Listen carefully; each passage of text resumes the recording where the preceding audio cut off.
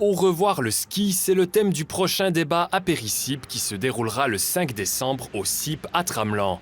Chloé Bron, coordinatrice chez Grand Chasseral Tourisme, y participera, même si elle estime que le tourisme hivernal et le ski ont encore un avenir dans le Grand Chasseral. Le constat reste clair, il y a de moins en moins de neige dans la région. Les 2 derniers hivers ont d'ailleurs été particulièrement mauvais pour les téléskis locaux, comme ici à Val-Birs. Inquiète, oui. On est quand même dans une région de basse altitude.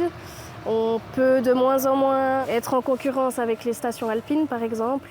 Par contre, j'ai bon espoir que quand il y a de la neige, les stations soient réactives et puissent vraiment se mettre en avant. Comme la neige vient à manquer, Grand Chasseral Tourisme encourage les stations régionales à se diversifier. C'est notamment le cas ici au téléski de l'Orval à Val-Birs, qui sert aussi de bike park depuis 2023. Une stratégie qui s'est avérée payante. Le site a attiré 100 000 visiteurs et visiteuses durant sa première année d'exploitation. Nous, ça nous donne des offres touristiques qui n'existaient pas forcément à l'exemple du bike park.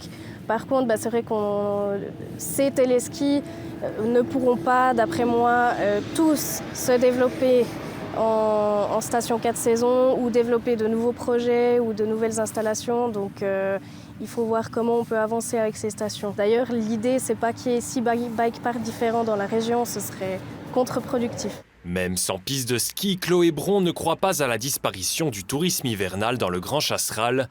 La région disposerait d'assez d'offres pour rester attractive durant les périodes moins enneigées. Des activités comme Camille Bloch, on a récemment lancé le circuit secret à Saint-Imier, on a des musées qui sont ouverts toute l'année, donc on a quand même une offre hivernale qui est déjà bien existante. Après, c'est sûr que si c'est un hiver sans neige, mais où il fait très beau, où la météo est vraiment clémente, on voit qu'on a quand même passablement de randonneurs et de cyclistes qui sont dans la région en hiver. L'avenir des téléskis est incertain, mais Chloé Bron estime que le tourisme régional a les capacités pour s'adapter.